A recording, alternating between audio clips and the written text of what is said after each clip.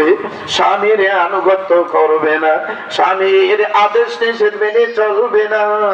আর একটা হলো তারা দান সৎকার সহজে করবে না। এই দুইটা কারণে তারা বেশিরভাগ মহিলারা জাহান্নামের ভিতরে যাবে।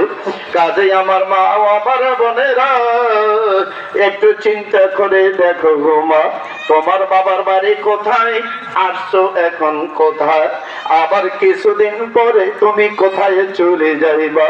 কিছুদিন পরে এই ঘর থেকে তুমি লাশ হইয়া সাদা কাপড় শরীরে লাগাইয়া তুমি কবরস্থানের যাত্রী হয়ে যাবা, প্যাসেঞ্জার হয়ে যাবা।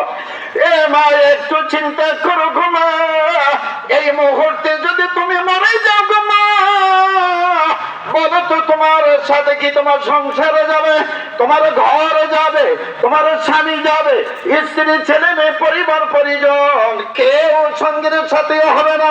কথা দেখি না? কাজে আমার মা বোনেরা, তোমার খবরে তুমি যাইবা, আর একমাত্র তোমার সঙ্গের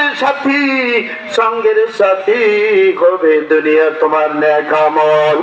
এই দুনিয়ার ভিতরে যে নেক আমল করেছো গো মা, এটাই তোমার সঙ্গের সাথী হয়ে কবরে চলে যাবে।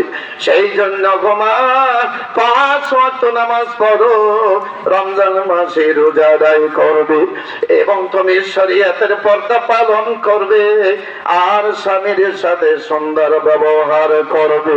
কাজেই আমার ভাইরা, দিনের নবীজিকে প্রশ্ন করা হল, ইয়া রাসূলুল্লাহ, ইয়া হাবিবাল্লাহ, জাহান্নামী নারীদের কোন পরিচয় আছে কিনা আমাদেরকে বলুন।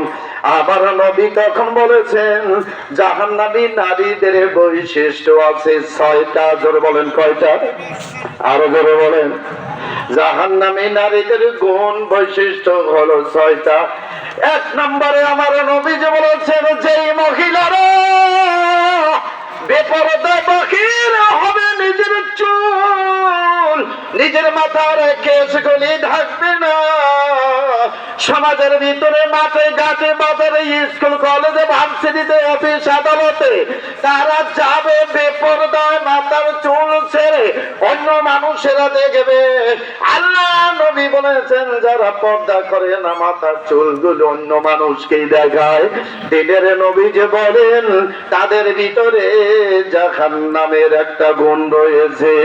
2 নম্বরে আমার নবী যে বলেছেন, ওই সমস্ত মহিলারা যারা জাহান্নামে যাবে, তাদের ভিতরে অধিকাংশ হবে নিজের স্বামীকে কষ্ট দেয়।